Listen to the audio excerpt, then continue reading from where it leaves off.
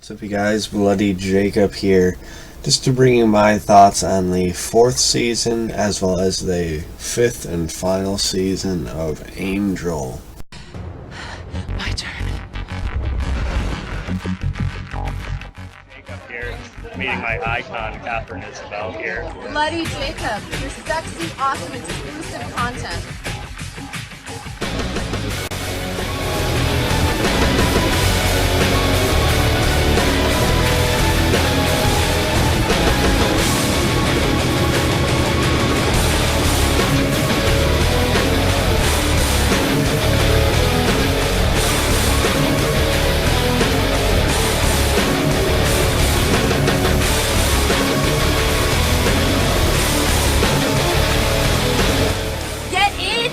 Part of this. Subscribe to the little butt down there.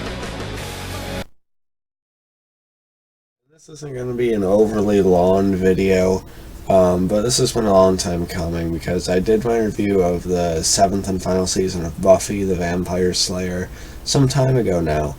And I started Angel Season 5, but I sort of found myself in a weird place. I found myself overall fairly satisfied with where I was left off in the Buffyverse with the Buffy series finale. You know, amount of openness for sure, but good closure and satisfaction. I even like the last scene that Buffy and Angel shared together, so I was unsure if I really needed to watch, you know, excuse me, an additional season. And you know, I heard some, you know, mixed things about the final season of Angel. Some people do love it though, and of course with you know, the final episode, or more specifically the final scene of Angel being one of the biggest you know, apparent cliffhangers in television history, I was a bit hesitant, but loving both shows as much as I do, although I am still partial to Buffy, but loving both of them as much as I do, I obviously knew I was going to have to check it out eventually, and I of course did, because, you know, I just love the cast of Angel so much as well. Again, not, like, you know, I have my misgivings with some of the directions they've gone in, and I am prominently going to be talking about the 5th season here, but I did kind of miss the window of doing my review and thoughts video on the 4th season, so I did kind of want to skim over my thoughts on that as well in the meantime. This isn't going to be an overly long video, by the way. Hopefully maybe 15 minutes at most.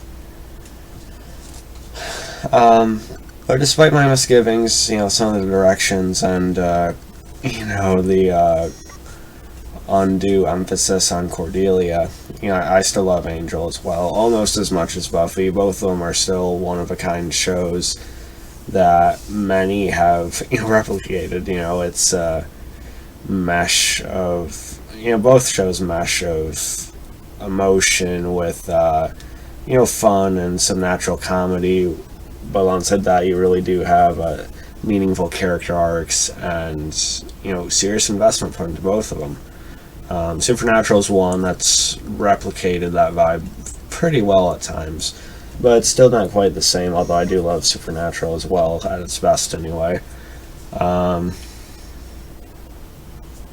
You know, I just had to see how it was going to pan out. And by the way, I know it's an unpopular opinion, but I just didn't ever really care for Cordelia. Not that Charisma Carpenter did a particularly bad job or anything. I just found her relationship with Angel to be pretty forced, or Angel's relationship with her to be more specific. I just never saw them as, you know, love interests. If anything, I see Angel seeing her as like a, you know, as close as a sister eventually, which I think would have been a good dynamic. But just the romantic feelings that they really emphasized Angel having for her eventually, I just did not believe to be the true perspective of the character, at least from my end. Not just for Buffy's sake either, but I don't know, it just felt like a forced, you know, dynamic that they wrote into it because they felt like they had to have that for the structure of the show or something. I don't know. And for me, Cordelia never did really too much abuse. I mean, she got her powers from Doyle, and I don't know. And randomly she can fight at times. I never bought that either. So, it is what it is with that. I didn't mind how they steadily weaved her out of the show either. But even though I never really liked Cordelia, I'll still admit any good or respect for the character that you could have was kind of, messed with in season 4. Well, yeah, because it's been a while since I watched season 4 now, because I just watched season 5, but, obviously it wasn't her. You have the whole Jasmine thing controlling her, but I agree it's pretty odd. You have her basically possessed for the whole season until she then goes into a coma, then dies in one episode in season 5. So I admit, if you actually did like Cordelia, that's probably not very good storytelling for you. But it is what it is, and like I said, as someone who actually didn't like her, I didn't mind that she was, kind of just faded out of the show, right? Which is fine.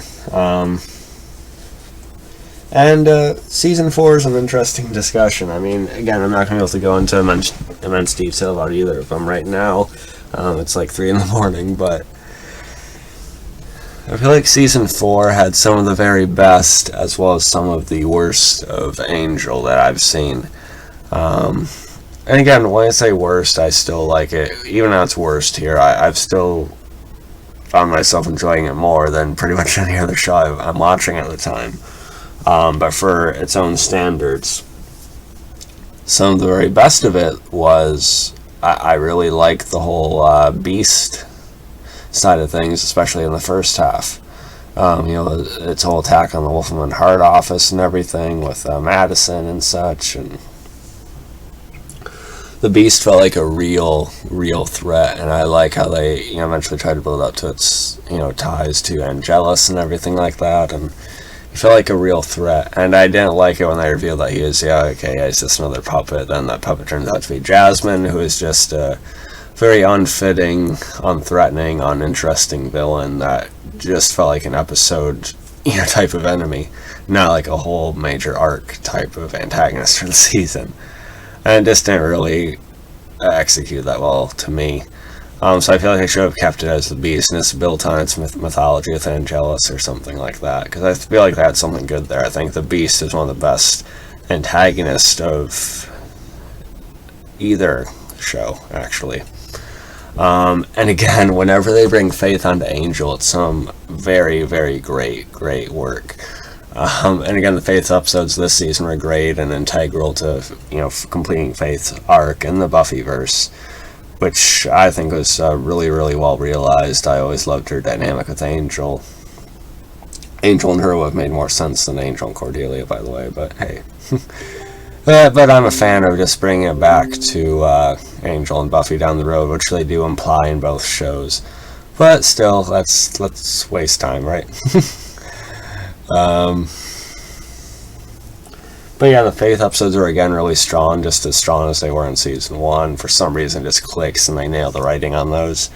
So I really like those. Again, did not like the Jasmine thing. Jan Torres, good actress, but just very hollow and very one-note character that I think shouldn't have been focused at all.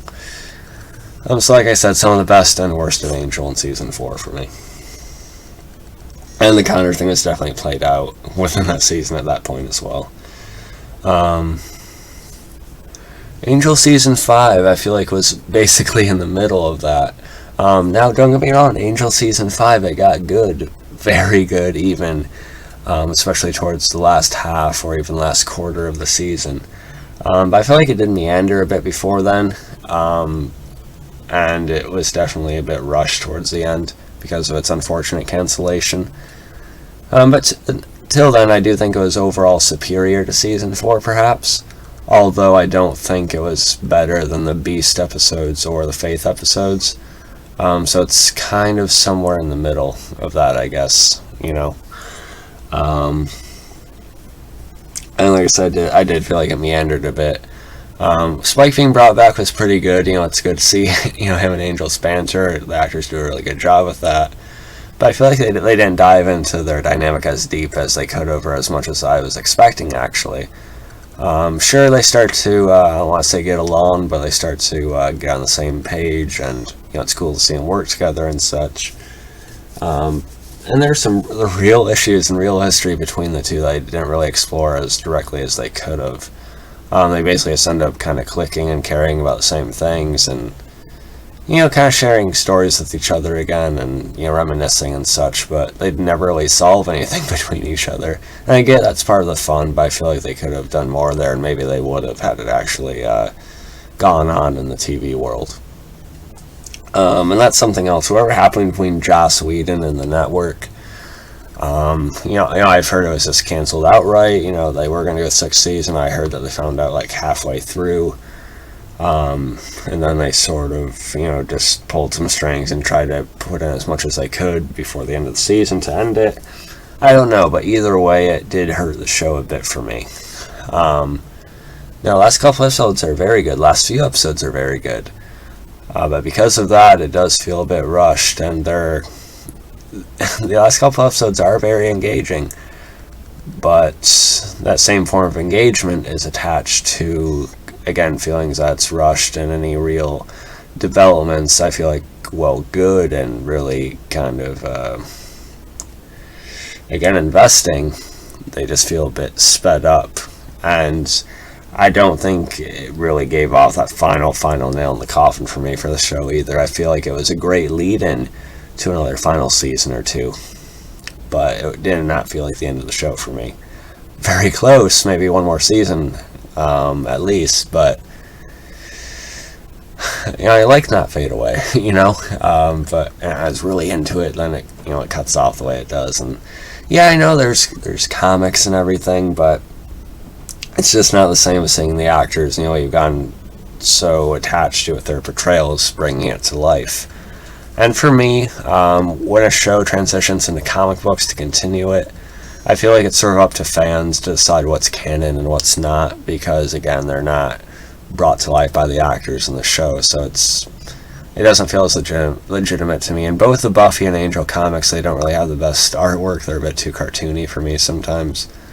I'll probably read them eventually, but I know there's some odd character directions he takes some of the Buffy characters in, and I'm guessing that's probably the same case for Angel, so I'm going into it kind of hesitantly, but just taking them as their own thing too. And I sort of like to envision what would have happened after the show and such, instead of going with Xander and Dawn sort of thing or something.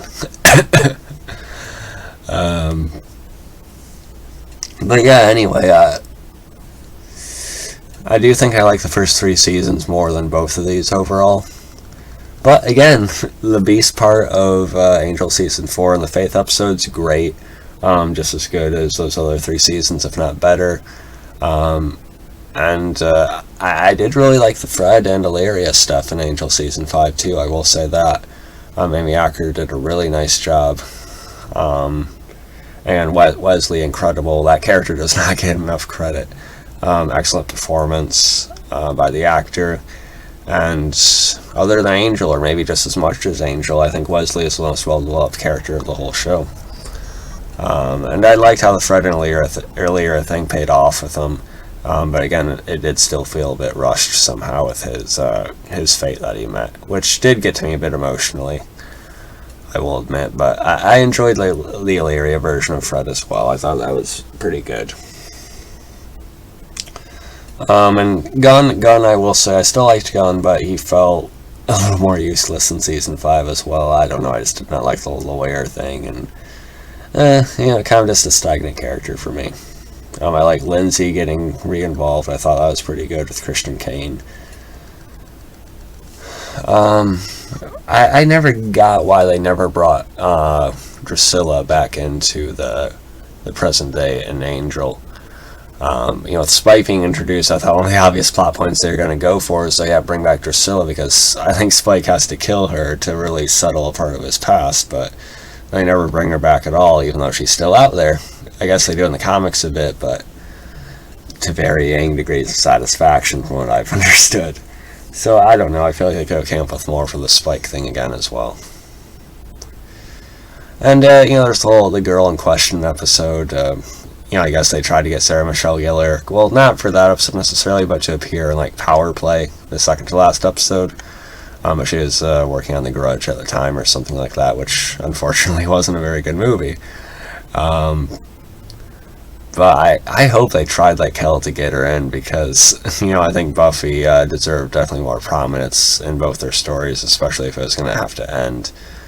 And the fact that Buffy couldn't appear at all, I think, sort of did a disservice to just how strong those relationships were for both of them in the original show. But yeah, so still overall, despite my misgivings I keep going on about, I still loved Angel. Not going to be another one like it. Again, still partial to Buffy, but Angel is such an incredible companion piece and really stood on its own. At times, being a bit better than Buffy, I will say that, but in the end, I do still prefer Buffy, but still loved Angel, and I would watch these again, just certain things I didn't really care for as much as others, and it did have a rushed vibe to it, unfortunately. So yeah, if I had to rate Angel Season 4, that's a tough one to rate. I'd still give it an 88, just because I still do like the show as a whole. And again, the Beast and Faith things make up for a lot. Angel Season 5, I'd give like an 89, 90. The Curse of the Blackthorn thing was a bit rushed as well. They were trying to build on the Wolfwoman Heart thing, but it just still felt a bit of a rushed introduction for a prominent particular force within the show. So I don't know. Let me guys talk about both of these. Where do they rank them on the other seasons for you? Follow me on Facebook, Twitter, Instagram, like, subscribe, and I'll catch you guys next time. Peace.